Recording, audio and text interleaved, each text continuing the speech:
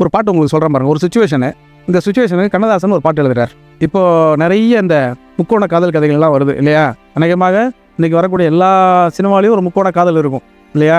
இந்த முக்கோண காதல் கதைகளுக்கெல்லாம் மூலமாக ஒரு கதை வந்துச்சு, டீச்சர் அம்மா அப்படின்னு சொல்லிட்டு ஒரு படம். நீங்கள் போய் பாருங்கள், அந்த படத்தையும் பாருங்கள், ரொம்ப சுவாரஸ்யமாக இருக்கும் அந்த படம். அதெல்லாம் கலைகளோடு சம்மந்தப்பட்டதுனால அந்த படத்தை நீங்கள் பாருங்கள் நான் சொல்கிறேன். அது ரொம்ப அந்த கதை அமைப்பு, அது சொல்லப்பட்டிருக்கக்கூடிய கதாபாத்திரங்கள், அது சொல்லப்பட்டிருக்கக்கூடிய செய்திகள் எல்லாமே ரொம்ப நுட்பமாக இருக்கும். அந்த படத்தில் வரக்கூடிய கதாநாயகன் வந்து ஒரு மிகச்சிறந்த ஓவியர். அந்த ஓவியன் என்ன பண்ணுவான்னா, அழகழகான ஓவியங்களை பத்திரிகைகளை வரைய ஆரம்பிக்கும் பொழுது இந்த கதாநாயகி அந்த ஓவியங்களை எல்லாம் பார்த்து, இன்றைக்கி மாதிரி செல்ஃபோன்லாம் கிடையாது அன்றைக்கி, அதனால் கடிதம் எழுத ஆரம்பிப்பாங்க. கடிதம் எழுதி அந்த ஓவியருக்கு அனுப்புவாங்க. ஓவியர் அந்த கடிதத்தெல்லாம் படித்து பார்ப்பாரு, ரொம்ப வியப்பாக இருக்கும். இவர் ஒரு படத்தை வரைஞ்சிருக்கிறாருன்னா அந்த படத்துக்காக அவங்க எழுதக்கூடிய செய்தியும் பாராட்டும் இருக்கு இல்லையா, அது அந்த ஓவியத்தை தாண்டி இருக்கும். அது அவ்வளோ கவித்துவமாக இருக்கும். ஒரு கட்டத்தில் மெல்ல கடிதம் அப்படி ஆரம்பிச்சாக்க என்ன எங்கே வந்து முடிஞ்சிடும், லவ்வில் வந்து முடிஞ்சிடும். அப்படி கடிதம் போயிட்டே இருக்கும், கடிதம் வந்துகிட்டே இருக்கும், ஓவியங்கள் வந்துகிட்டே இருக்கும், அப்படி நடந்துகிட்டே இருக்கும். இப்போ அந்த கதாநாயகியோடைய அறையில் ஒரு தோழி இருப்பாங்க. அந்த தோழிக்கிட்ட இந்த ஓவியத்துக்காக நான் இப்படி எழுதினேன், இதை அவருக்கு அனுப்பிச்சிருக்கேன், அவர் எனக்கு அனுப்பிச்சிருக்க பதில் இதுதான் அப்படின்னு சொல்லி அந்த கதாநாயகி வந்து அந்த தோழிக்கிட்ட சொல்லும் பொழுது எல்லா கடிதங்களும் எல்லா ஓவியங்களை பற்றியும் கூட இருக்கிற பொண்ணுக்கு தெரிஞ்சிடும். இது ஒரு பக்கம் நடந்துகிட்டே இருக்கும். எல்லாமும் மறைக்காமல், ரொம்ப நல்ல நண்பர்னா உங்களுக்கு பக்கத்தில் உட்காந்துருக்கவர் தான் இல்லையா? யார் உங்களுக்கு பக்கத்தில் உட்காந்துருக்கீங்க அவங்க ரொம்ப நல்ல நண்பர். அந்த நல்ல நண்பர் நீங்கள் ஜாக்கிரதையாக இருக்கணும். ஏன்னா இந்த மாதிரியான கூட்டங்களுக்கு வருகிற பொழுது பேச்சை கேட்க விடாமல் பேசிக்கொண்டே இருக்கிறாங்க இல்லையா, அவங்க மிகச்சிறந்த எதிரி, அவங்க நல்ல நண்பர் கிடையாது. அதனால் பக்கத்தில் இருக்கிறவங்க பேசாமல் நீங்கள் பார்த்துக்கணும். அவர் பேசாமல் அவங்க இருந்துட்டாங்கன்னா அவங்க நல்ல நண்பர். அப்படி ஒருத்தர் அவர். அதனால் எல்லாத்தையும் சொல்லிட்டு இருப்பாள்.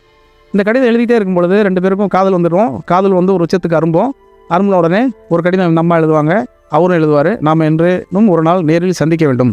இப்போ ரெண்டு பேரும் சந்திக்க போகிறாங்க. நீங்கள் காதல் போட்டே இந்த படம்லாம் பார்த்துருப்பீங்க, காலமெல்லாம் காதல் வழக்கெல்லாம் பார்த்துருப்பீங்க. இதுக்கெல்லாம் மூலம் அந்த படம் தான்.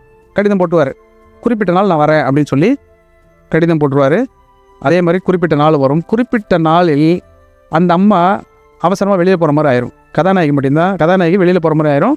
கதாநாயகியோட தோழி வீட்டில் இருப்பாங்க. அவர் வருவார். அவருக்கு தெரியாதுல்ல, அன்றைக்கு மாதிரி ஃபோட்டோலாம் அனுப்பியிருக்க மாட்டாங்க, வாட்ஸ்அப் மெசேஜ் எல்லாம் அன்றைக்கி கிடையாது, சோஷியல் மீடியாலாம் கிடையாது. நேராக வந்த உடனே உள்ள வீட்டுக்குள்ளே வருவார். வாங்கன்னு இவங்க வரவேற்பாங்க. யார்?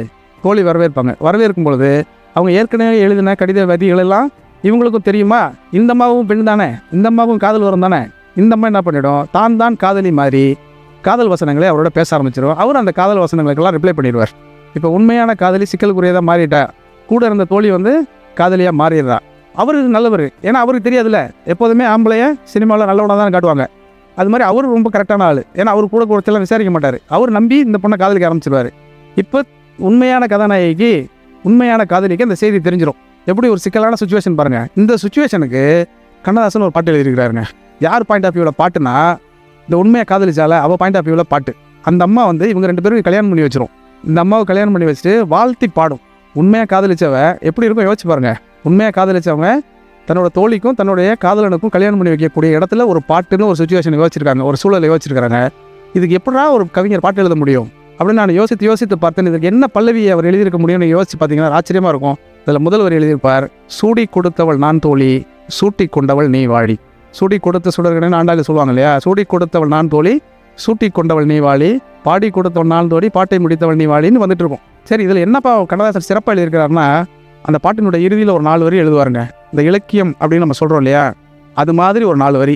அது அந்த படத்தினோட தயாரிப்பாளரோ இயக்குனரோ உதவி இயக்குனர்களோ அல்லது அந்த படத்தில் சம்மந்தப்பட்ட படக்குழுவினர் யாருமே சொல்ல முடியாமல் கண்ணதாசன் மட்டுமே சிந்திப்பதற்கு ஒரு 4 வரி இருக்குது.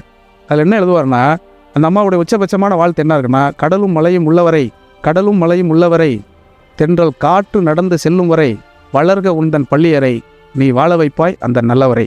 கடலும் மலையும் உள்ளவரை, தென்றல் காற்று நடந்து செல்லும் வரை, அதெல்லாம் நான் கூட எழுதிடுவேன். வளர்க உந்தன் பள்ளியறை, வளர்க உந்தன் பள்ளியறை, நீ வாழ வைப்பாய் அந்த நல்லவரை அப்படின்னு அப்படி எழுதணும்னா இப்படியான இலக்கிய செய்திகளை எல்லாம் உள்வாங்கி கொண்டவராக ஒருவர் இருக்கணும். அப்படி நாளாக இருக்கிறேனான்னு எனக்கு தெரியாது. ஆனால் இதெல்லாம் இப்படி இருந்திருக்காங்கிறதை உங்களுக்கு சொல்வதற்கான ஒரு அரிய சந்தர்ப்பத்தை ஏற்படுத்தி கொடுத்த ஆதி திராவிடர் மற்றும் பழங்குடி நலத்துறையினுடைய நிர்வாகிகள் அத்தனை பேருக்கும் என்னோட நன்றியை தெரிவித்துக் கொண்டு